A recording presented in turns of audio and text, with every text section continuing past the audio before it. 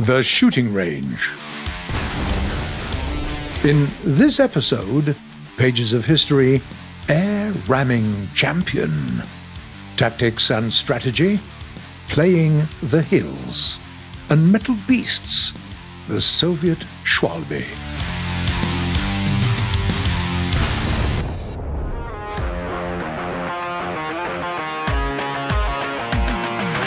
The German Schwalbe and the Japanese Kikka have long been favored vehicles for many players, but the Ichwa Strike update brought along another competitor, this time a Soviet one. Please welcome a premier Soviet jet fighter, the Su-11, with a battle rating of 7.0. At the end of World War II, air forces of the world push for a transition to a new era, an era of jet engines. And the USSR needed a plane that would be able to engage enemy fighters and fighter bombers near the front lines. So, by the end of 1946, the Su-9 made its maiden flight, with its updated version, the Su-11, following suit only in 6 months.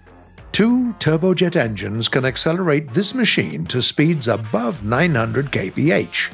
The central part of the fuselage houses the fuel tanks, while the nose carries fixed armament, 2 23mm and 1 37mm autocannons. It can also carry bombs with calibers of 250 and 500 kilograms. As many other early jet fighters, the Su-11 can't boast high maneuverability. Still, its strong engines provide a high maximum speed, so the most organic tactic for flying it is the boom and zoom. The cannons will take some adjusting to. At first, you might miss even in frontal attacks, and limited ammo won't allow for long volleys. We recommend you take a minimum amount of fuel. The engines don't consume as much, so there's no need to take on additional weight. Once you join a battle, speed up to between 500 and 600 kph, start gaining altitude at 12 degrees, and look for enemies engaged in a dogfight. Be careful with flutter, though. You can easily lose a wing at speeds above 1,000 km per hour. Another thing to watch for is engine overheat. Reducing your thrust by a couple of percentage points will really help. The Su-11 can play a crucial role in mixed battles. Other early Soviet jets can't carry bombs, meaning their anti-tank capabilities are highly limited, which makes this machine more valuable. Yeah, the choice of suspended armament is narrow, but it's enough to make a difference. If you want to certainly score a tank frag, go for the 500 kilogram bomb. If you feel like you're more experienced, the 2 250 kilogram bombs are your weapons of choice.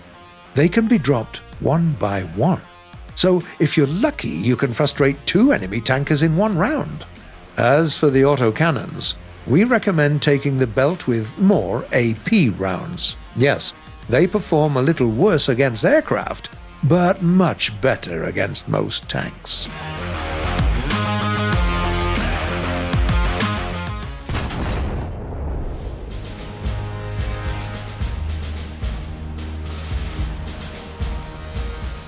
He's gonna turn.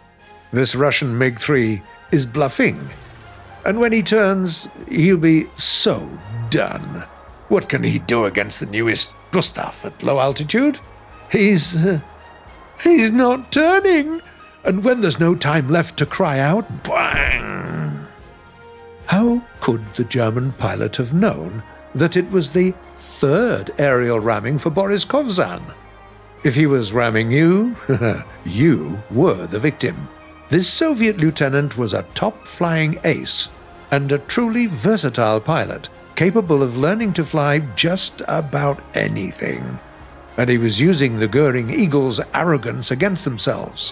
While the newest 109 was tumbling towards the ground, the MiG-3 leveled and performed a careful landing in a field. He could afford to reminisce while waiting for the repair truck to arrive. The first ramming happened at the end of October 1941.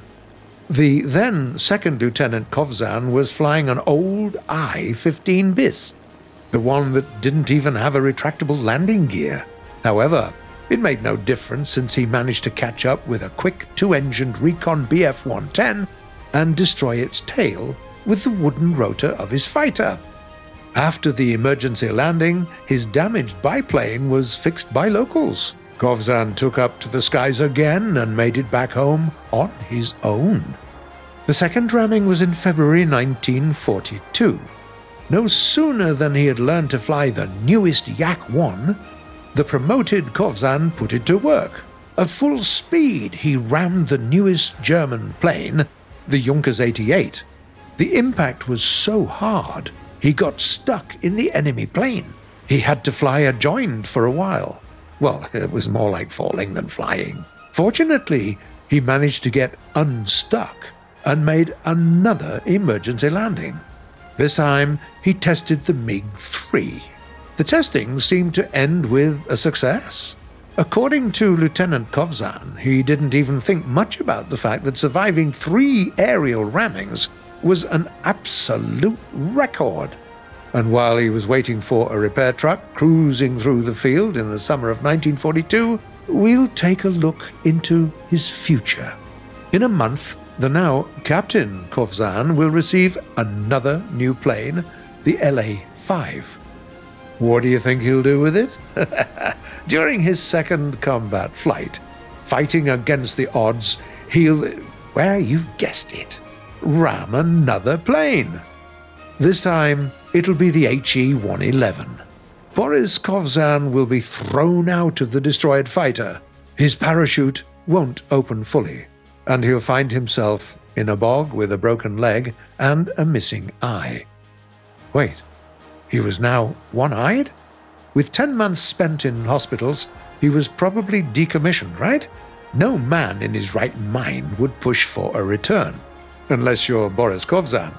He'd go back to his regiment and continue flying, even if it meant by cheating a little. He'd demand to be allowed back into the skies.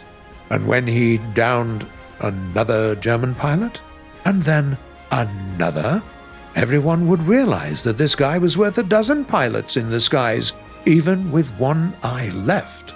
By the end of the war, Major Kovzan would amass 28 aerial victories.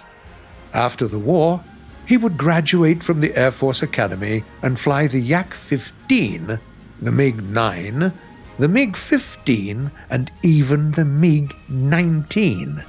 He would also go on to teach a few more generations of young pilots. He would live to 63 years old, and by the way, he would always fasten his seatbelt.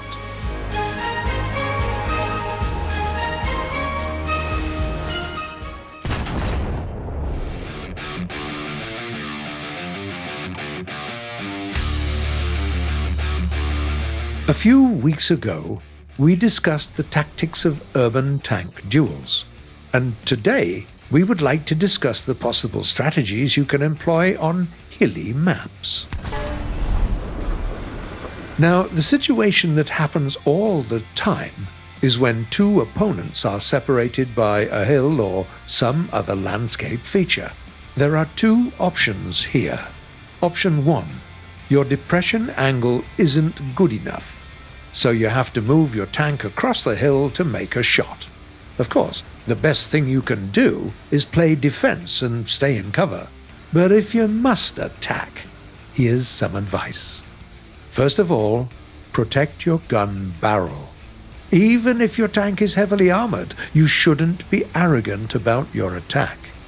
You see, the first thing to show above the hill would be your gun.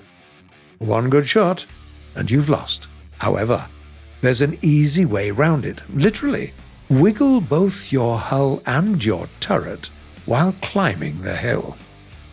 What if you need just a little bit more of a depression angle? Rocking your tank is the way to go. If you stop your machine suddenly, its front will go lower than usual, allowing the gun to depress a few degrees lower.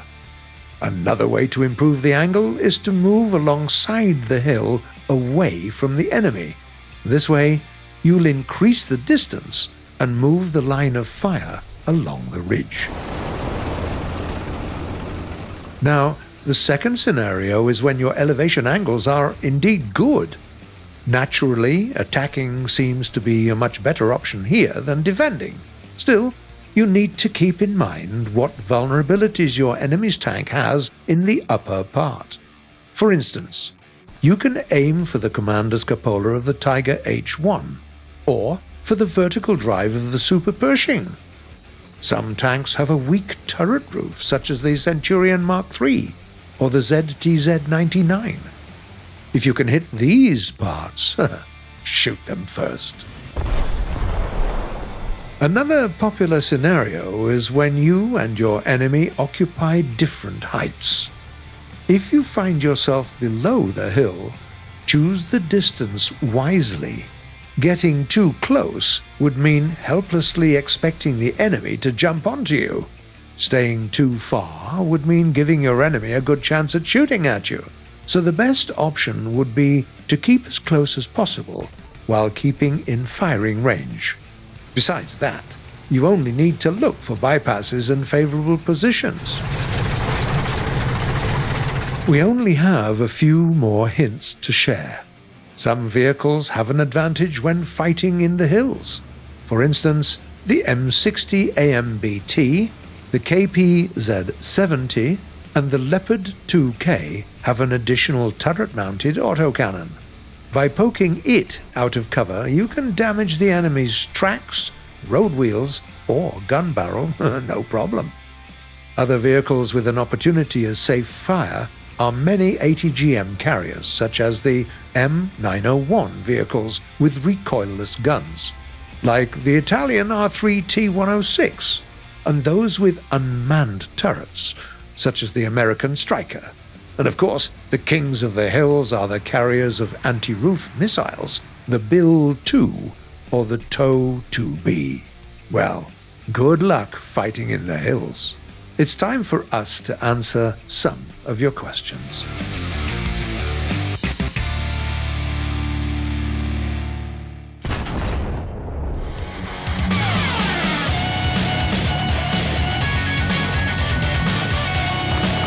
The first question was sent by a player called Error, name not found.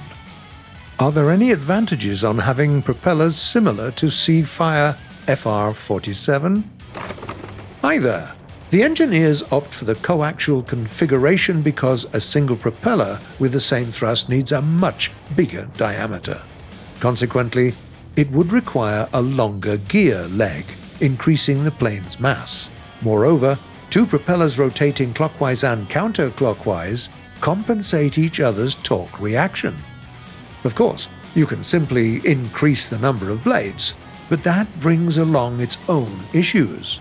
Each blade starts moving in the flow of the previous one, losing efficiency. Rebel Blade 71 asks, how to kill the Super Pershing from the front? Hi there! It depends on your gun, of course, but here are the general purpose vulnerabilities. The lower glacis edges, the machine gun nest, and the turret cheeks. You can also damage the Super Pershing's vertical turret drive by shooting at the cylinders on top of the turret. Another question comes from Nils Persson. How do I make my own skin? Hi Nils! To create a custom skin, find the vehicle you want it for, go to Customization, and press the Create a User Skin Sample file. Having done that, you'll see some skin files in the User Skins folder that you can change in any editor into whatever you want them to be. Nakul Sharma writes, why are there crew replenishment modifications in two crew tanks like Sturm S or Chrysanthema? Hello Nakul. Machines with two crew members only need it in arcade battles. You won't need it for realistic battles. And the last comment for today was written by Jamie M. How do you play the British AVRE in the best possible way? Hello, Jamie. One thing you should do is set up sight distance control, or shooting at longer distances will be challenging.